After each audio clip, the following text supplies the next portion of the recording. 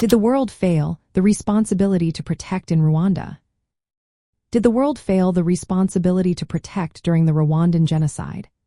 This question is vital as we reflected on one of the darkest chapters in recent history.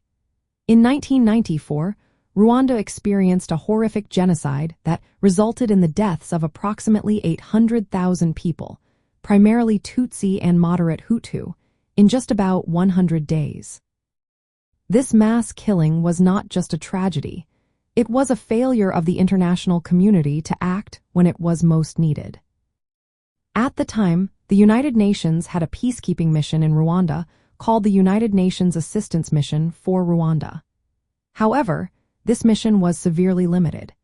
It operated under a weak mandate that restricted its ability to use force, except in self-defense.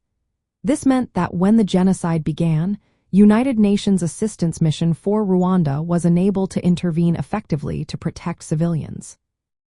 The mission lacked the necessary resources and political support to take decisive action. Despite clear warnings and evidence of impending mass atrocities, the international community largely ignored urgent calls for help. Rwandan civilians and peacekeepers on the ground pleaded for assistance, but their cries went unheard. The Security Council even reduced the number of peacekeepers during the genocide, which further weakened any protection efforts that remained. One of the significant issues was the reluctance of key member states to label the events as genocide. This classification would have triggered a stronger obligation to intervene. Instead, political paralysis and inaction allowed the perpetrators to carry out systematic mass murder without consequence. In the aftermath of the genocide, the failure of the international community became a key example of the need for a new approach to humanitarian intervention.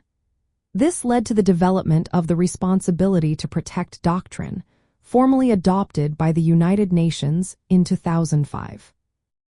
This principle asserts that when a state cannot or will not protect its population from genocide, war crimes, ethnic cleansing, and crimes against humanity, the international community has a duty to intervene. From a true crime and criminology perspective, the Rwandan genocide represents a case of mass atrocity, crime that was enabled by political inaction and institutional failure. The inability of the international community to respond effectively allowed the systematic killings to occur on a massive scale. The genocide also highlights the challenges of early warning and prevention in cases of state or non-state perpetrated mass violence. The lessons learned from Rwanda emphasize the need for timely intelligence, clear mandates for peacekeepers, and political commitment to intervene before atrocities escalate. Understanding the social and political contexts that lead to mass violence is also essential. This includes recognizing the role of hate propaganda and ethnic polarization. In summary, the world did fail to uphold the responsibility to protect in Rwanda.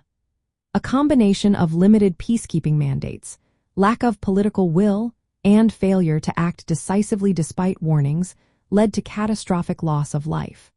The Rwandan genocide serves as a stark reminder of the consequences of inaction and the importance of international cooperation to prevent similar tragedies in the future.